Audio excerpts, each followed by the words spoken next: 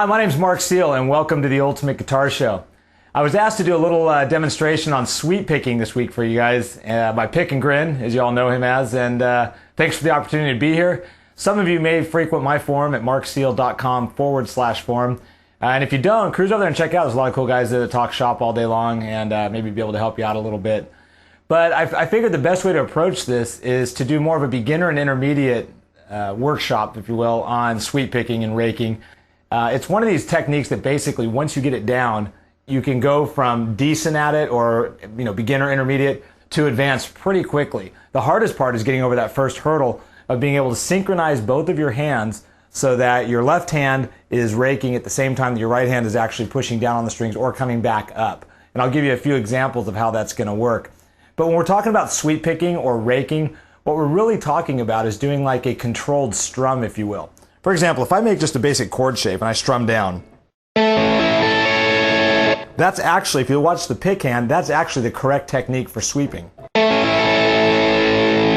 Now what makes that a strum is the fact that my left hand is holding down a chord. But if I were to play those same notes with the exact same technique with my right hand, but make those individual notes, you'll have what people refer to as sweep picking. See how the pick is gliding across the strings, right? But my left hand at the same time is following what my right hand's doing in terms of the strings, but never are two notes being played simultaneously. That's one of the huge things. The biggest challenge I think you're going to find, just so that you know, I know where you're at, is that you'll do one of the two correct. You'll either roll your fingers appropriately, but you might be picking the notes. Or you might be pushing this, but then you're holding your left hand down. So the biggest challenge you're going to find is trying to synchronize the two hands together and being able to, make them all gel without two notes ringing simultaneously while you're pushing the pick or pulling the pick up. Let me show you what I think would be a good way to start your sweep picking. Probably the best way to do it really is to get your right hand comfortable sweep picking. And the way to do that is, for now, let's hold a chord down. Let's say we're going to do third finger, 14th fret, third string, second finger, 13th fret, second string, and first finger, 12th fret, first string, which is really an A minor triad. What we're going to do is this. We're just going to hold those down, but let's take our pick and let's see if we can push the pick down 3 notes, come back up 3 notes, and let's try to do it in triplets, or we can do it in what's called 6/8. We'll count 6 8 notes. 1, 2, 3, 4, 5, 6. It sounds like this. Now when we're playing this, what you want to do is you want the pick to lean down a little bit and do the first 3 notes, pushing the pick into each of the first 3 strings. Then we turn the pick, kind of lean it back up towards us, and pull the pick back up towards the top of the guitar. Sounds like this. It looks like this.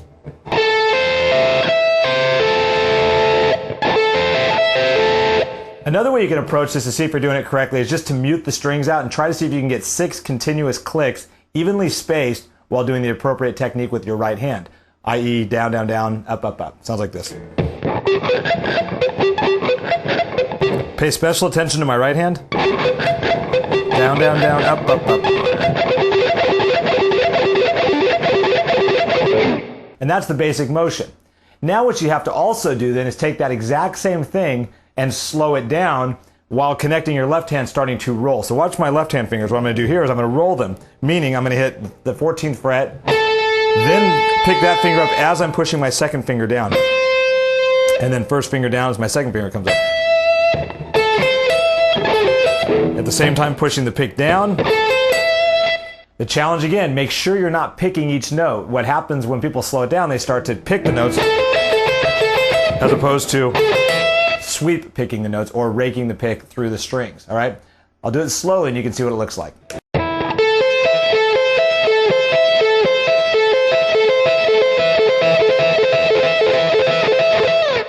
That's the idea. Once you get pretty comfortable with that, then reverse it and bring it back up the same way, only the exact opposite. So it's like this. Now notice the pick. I'm doing that same exercise. I'm doing the exact same exercise we just did a minute ago, bringing the pick down and back up, but now my left hand is synchronized with it, only hitting the note only hitting the string that the pick is hitting at the same time.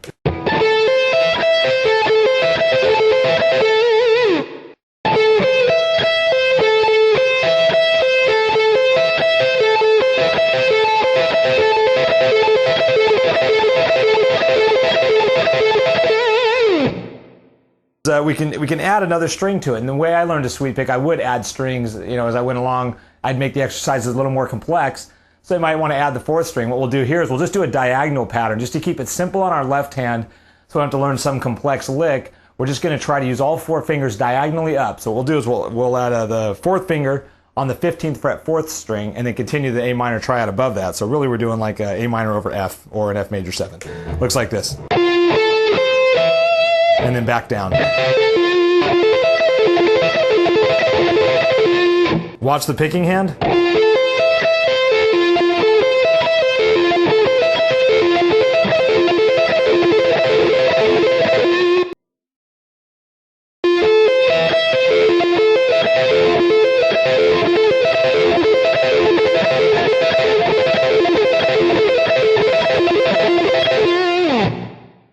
You get where you can play it relatively fast. It's not that difficult. In fact, it's a very economical technique once you get it down. There's not a lot of work. You're not jumping over strings and trying to pick really fast. Your hand's just kind of gliding. If you can get your left hand synchronized, it sounds pretty killer. All right, let's expand on that last exercise that we just did where we did the F major 7, and let's try to reverse it to make it a little bit more complex for our left hand. So what I mean by that is we'll invert it. We'll do this. We'll go up, and then we'll go to the 15th fret with our pinky on the first string and diagonally come down. So it looks and sounds like this.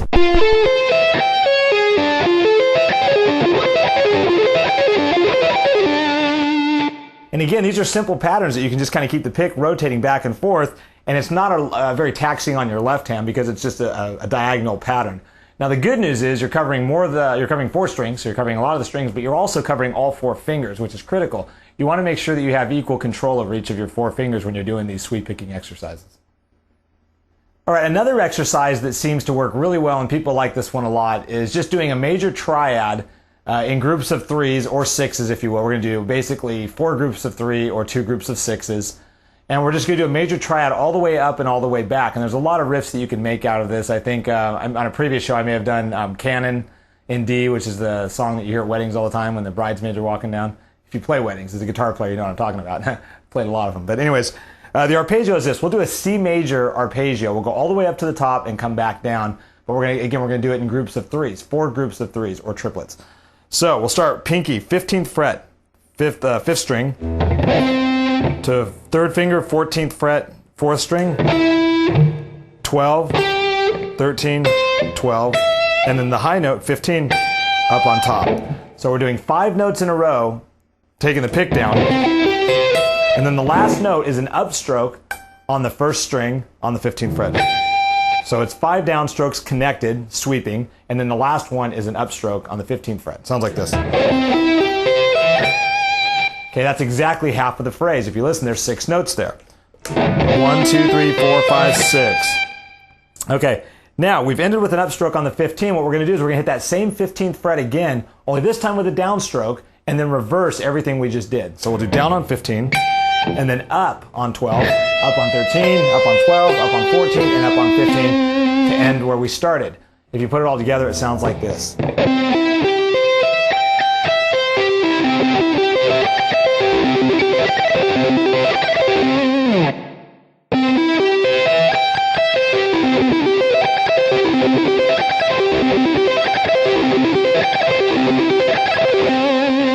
Okay, that gives you a pretty good idea of what a major arpeggio sounds like. Now the cool thing is if we get that one down, it's pretty simple, then we can add the minor arpeggio, which makes it really helpful to have both major and minor, because if you're playing minor chords, you're going to want to play the minor arpeggio shape. And again, you can always also play bits and pieces of each one of these arpeggios. Okay, to do the minor, all we have to do is flat the 3rd every time it comes up. Well, the 3rd comes up, the 2nd note in this particular one, that 14, so we'll flat that to a 13. So now our arpeggio looks like this. 15, 13, 12. There's the octave, C again, and then we have to flat our 12th fret again down to 11 because that's the other 3rd to make it a minor 3rd. So we have our C minor arpeggios like this. 15, 13, 12, 13, 11, and then the high note stays the same at 15. And then reverse that and come back. So our minor arpeggio.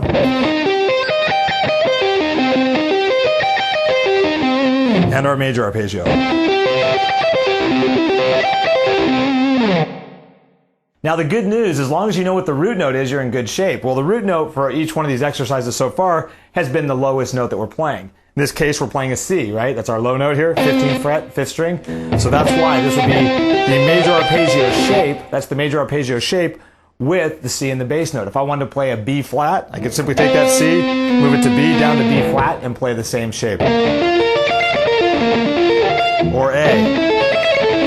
If I wanted to play A minor, then I would play, starting off the A, the minor arpeggio shape.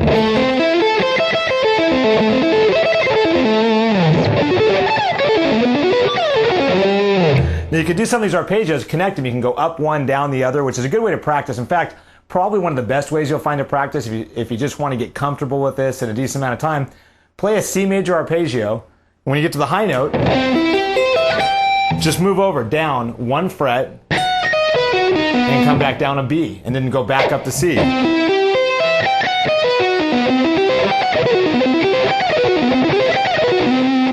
Now there's another type of arpeggio you can do here, which is a bar chord arpeggio, which is where you actually use bars, but you have to roll the bar because, again, we don't want notes to ring simultaneously, right? So check this out. If I do, we'll look at an A major, okay? Here's my A. I'm going to go up to the third, but then I'm going to bar 14, 14, and 14, up to 12, up to 17, okay? So it's 1, 3, 5, 1, 3, 5, 1. That's the arpeggio numbers. Now, if I play that, though, I don't want those middle three notes to sound like a chord. So what am I going to do? I'm going to kind of roll that finger as I go up. And on the way down, again, I roll the finger.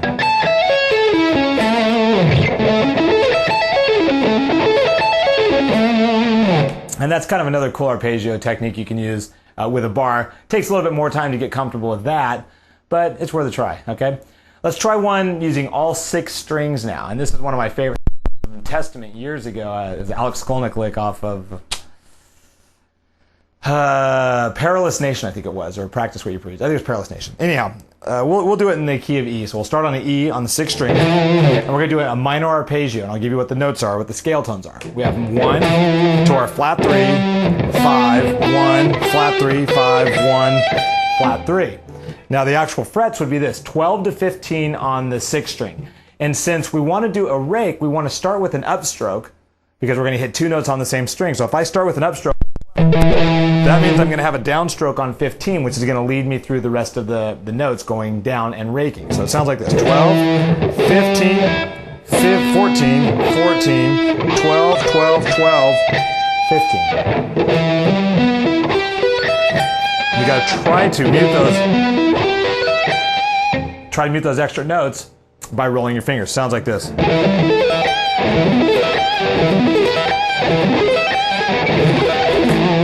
That's kind of a fun one. You know, you can play it sloppy and it still sounds cool. You can do stuff like a...